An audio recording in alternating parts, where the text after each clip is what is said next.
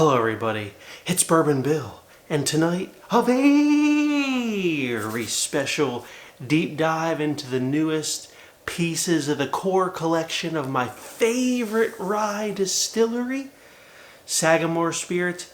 It's gonna be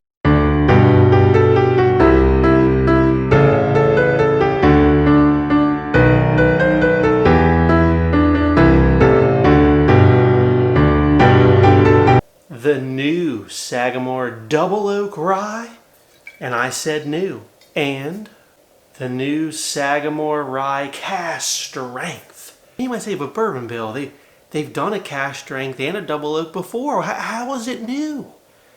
In 2025, Sagamore has done a little bit of changing on them, so we're going to see if they're still good. In one instance, we're going to compare them to the old version. So we're going to start with the Double Oak. Now look, I wasn't smart enough to save some of the old Double Oak, so I'm just going to taste the new one and see if I like it or not. But it's alright, I don't have an old. If someone has a sample of the old Double Oak, send it to me and I'll do the comparison. But too dumb, didn't save one.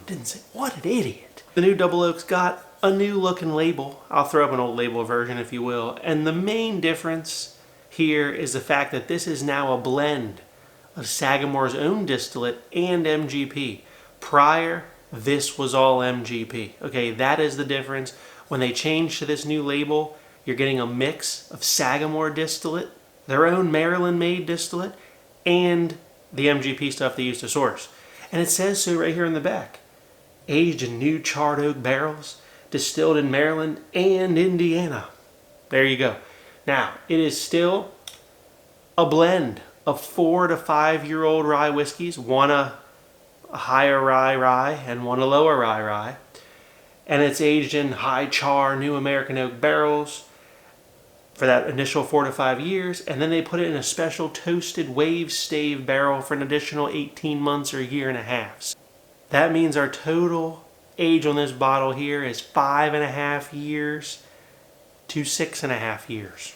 Okay, did the math for you, so you don't have to. Proof is still the same, 96.6, compute, 48.3% alcohol by volume. Price on this bad boy is around $55 to $60 hairs, in that range. Look how dark it is for a 96.6. It's so dark. Look how, that is a dark 96.6 rye whiskey. Double Oak, one of my favorites, on the nose. God damn, does that smell good. Oh man, it's so like fruity and oaky all at once. I'm getting like tropical fruit. I'm getting like juicy fruit. With a nice heavy like wood char, barrel char. It's like hazelnut, coconut, it's like tropical fruits and chocolate combined together with a nice bit of oak to it. Oh, this smells wonderful. Down the hatch. Good Lord. Oh my God, is that good. I feel, now this is totally from memory, I feel like this is improved. Wow. Good long finish for what it is. Just exactly what I said on the nose comes through in the palate. It's very like milk, chocolate, hazelnut, nice wood char, barrel char there, woodiness to it. Good rye spice here, and a lot of like fruits, like, I don't know. It's almost going tropical fruity to me, but I just dig it. It is a wonderful, wonderful blend. It's the chocolate cinnamon note is moving. It reminds me of like a Peerless Double Oak Rye. And they didn't used to be that close, I didn't think, in flavor comparison before. Peerless Double Oak Rye, a newer bottle I just picked up in New Mexico. These have come down in price. These used to be like $120 or more. Like $99, $95 hairs.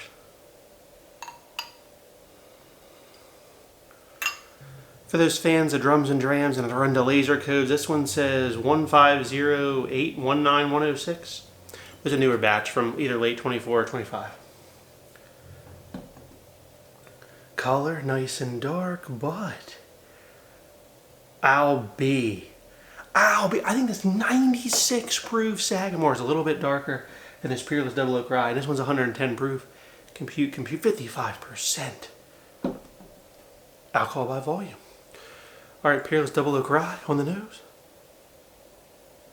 Oh, just a monster. Now, okay, it's got a lot of leather on this, like leather, tobacco, cinnamon, chocolate here. A lot of wood. Down the hatch from the Peerless. Oh, man.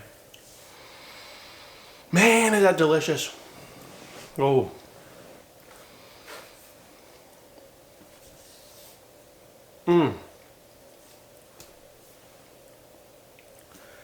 Peerless tastes older. It's got this more like mature leather thing going on, but it's more leather cinnamon with chocolate. It doesn't have the tropical fruit. Back to the Sagamore Double Oak. Guys, look. Before this crushed the Sagamore, back in the day, but it was, you know, both very good, but it was better. I don't know if this is better. I mean, the additional proof helps, but it's splitting hairs. That is crazy, guys. Not quite the same profiles, right? The Sagamore's got a lot more tropical fruit to it. A little bit, it's sweeter, right? But these are closer than you want to think on the new, right? New bottle versus new bottle. That's crazy. That's crazy. Good job, Sagamore, on your new Double Oak. So, if you haven't had Double Oak in a while, pick one up. A new one up. They're pretty dang good. Again, sorry guys I didn't save one of the old ones to do a back and forth comparison, but look, A++++, absolute buy. What you really came here for tonight, the Sagamore Cask Strength Rye, the new, as they say, the young kids say. This is aged 7 years, all of it. Let that sink in. 7-year Cask Strength Sagamore Rye proof.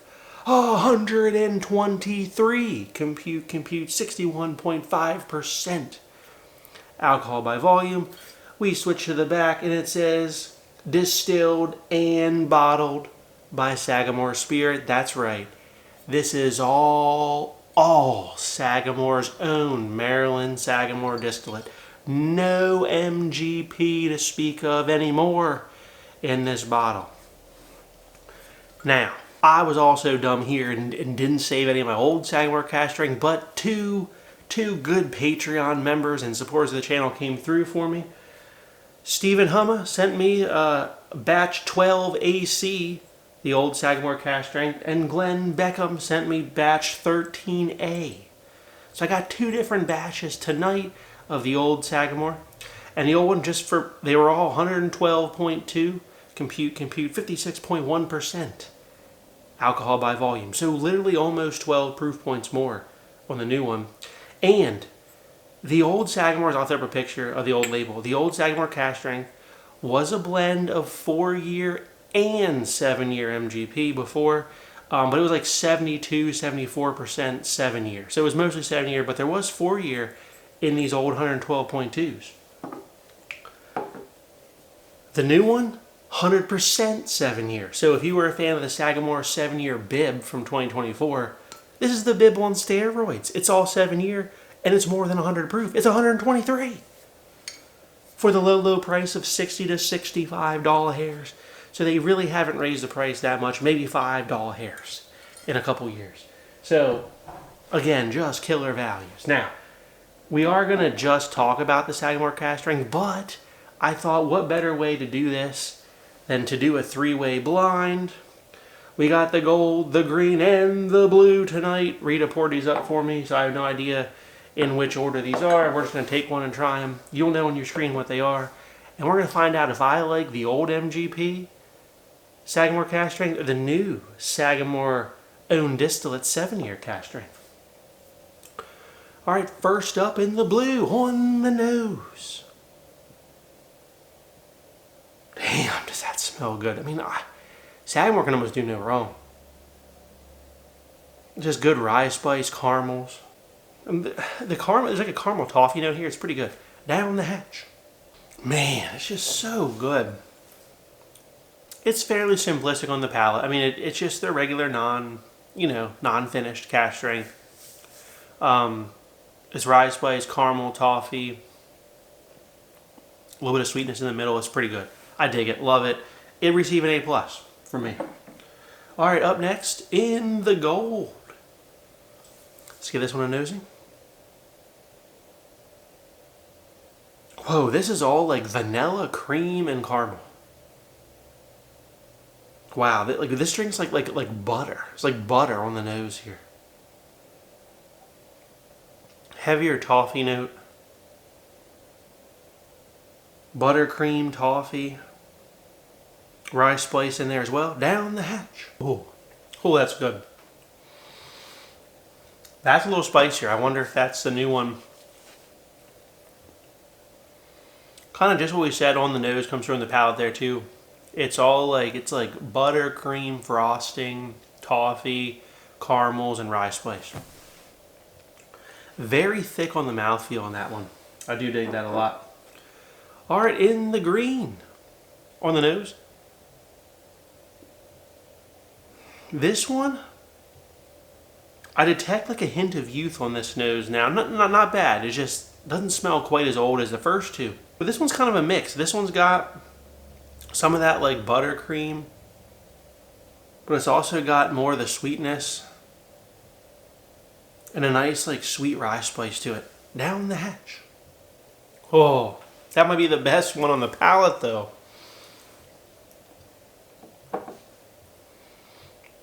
Delicious rye spice, caramels. That one's a little bit sweeter, even though it didn't smell sweet in the nose. All right, I'm gonna go back through these off camera. Okay, I have my rankings. In last place is the blue. I think it's one of the MGPs. I hope it is. It was just kind of the least complex of the three, but still very good. Don't get me wrong, still very good. Second place was the green. This had a nice like rye spice and like caramel and like some sweetness to it. The finish is where it really shone. It was very sweet in the finish. And I just love the like fruity pop on the finish. I really dug that about this one. The winner, and it was by a hair over the green, was the gold. I think the gold could be the 7-year, the new 7-year, because it felt a little bit spicier, but it had this like, I don't know, honey caramel thing, and then like it kind of went into like, there's a little bit of chocolate, little like faint hint of cherry, and then the finish just felt a little bit older, but it was thicker on the mouthfeel, right? But I could have, maybe in a different day, picked the green over, because I really love this sweet rye spice fruit pop finish on the green. That was missing on this, but this was better all the way through the sip. The green just really shone on the finish. All right, last place was Stephen Humma. Thank you, sir. Your bottle of the blue. Very good. That was batch 12 AC, for those that cared. Second place, green, Glenn Beckham. Thank you, sir. This was batch 13A. And that means our winner is the new 7-year, their own distillate. So if you were worried that they were going to ruin it, you was wrong. They didn't. They won tonight. Now, it is a slightly different profile. I gotta say that. I gotta say, so if you were just a die-hard Sagamore Cask Strength fan from back in the day, I'm gonna say pick up an old one. I'm gonna say that, but I'm gonna say pick up a new one and see if you enjoy it as much. Now, I believe these new 123 proofs are, for the moment, distillery only-ish, but they will go nationwide. So if you could get Sagamore Cask Strength before, you will be able to get a Sagamore Cask Strength at 123 soon. But if you can still find an old one and you really loved it, I would stock up. This is a slightly different profile. It really is. Now this is batch 1A, so I don't know what they're going to start distributing nationwide, but hey, if you remember my Patreon, let me know. I can snag you one of these bad boys. All right, so now that we know which is which, let's dive a little deeper into it. I was trying to go through those quick. On the nose of the new 7-year. See, I mean, the longer it sits here, now that's newer cracked bottle. It is. Yeah, the more I think it does separate itself a little bit more from the others. It's got a chocolate pop. It's got some oak leather on the back end. It's got a lot of caramel, toffee, and rye spice though in the middle. That's the bulk of what we're smelling, okay?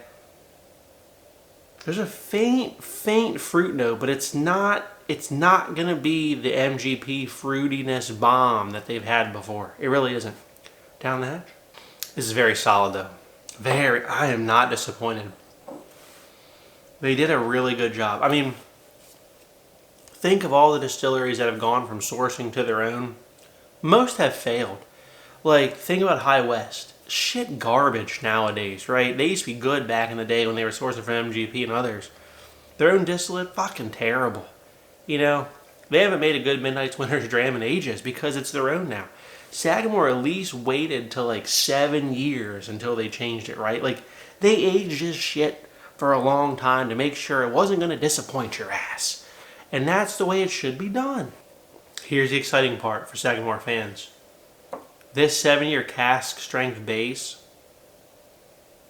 I think, is going to be far more susceptible to great finishing than their MGP was. Now, that's a big hot take. I get it.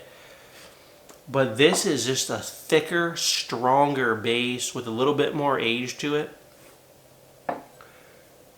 I don't know. We'll see what they're going to do with it, right? Because they have done killer. Nobody's done finished ryes better than Sagamore, and that's a fact. That is a fact. Nobody has done finishes better than Sagamore. Not a single soul. And at the end of the day, they've done that with the MGP base. But I think this new 7-year, their own cask strength base, could be killer to do finishing with, and I hope they can continue to do that. So if you like what we saw tonight, please like, comment, subscribe. Consider joining Patreon if you want access to good Sagamore bottles. Have a good evening, everybody.